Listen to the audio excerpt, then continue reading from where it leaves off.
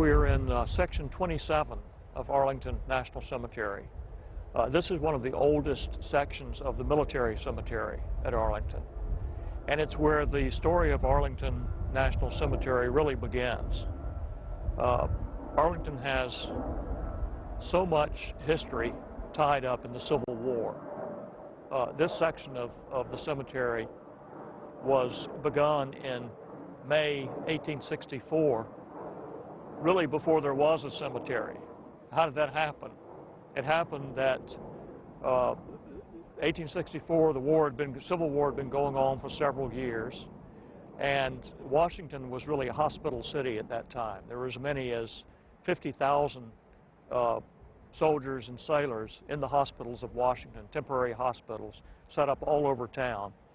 And of course those people started dying, and they had to be buried.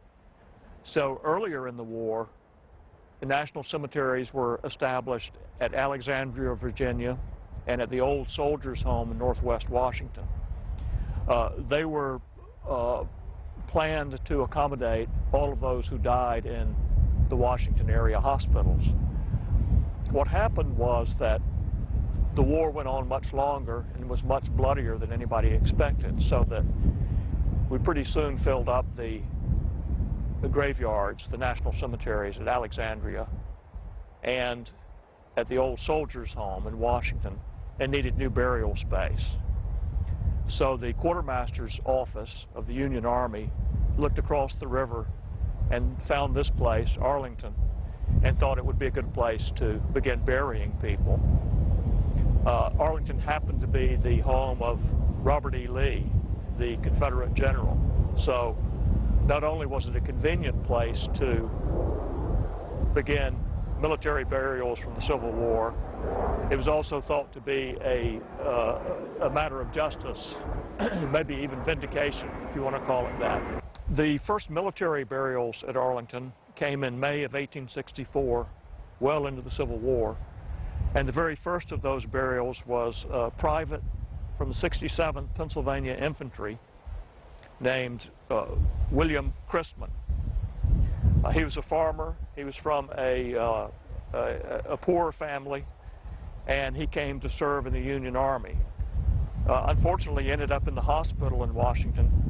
He got a case of German measles, which killed many service members on both sides of the war.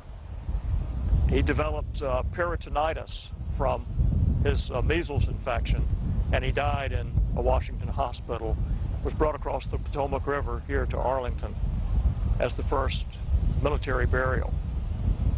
Things were so desperate at that time in the Civil War. There were so many people dying that there wasn't much time for ceremony or ritual at Arlington.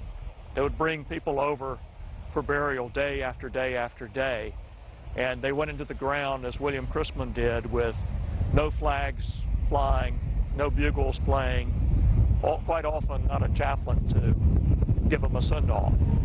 So basically we were just trying to keep up with the carnage from the Civil War when Arlington began. During the war,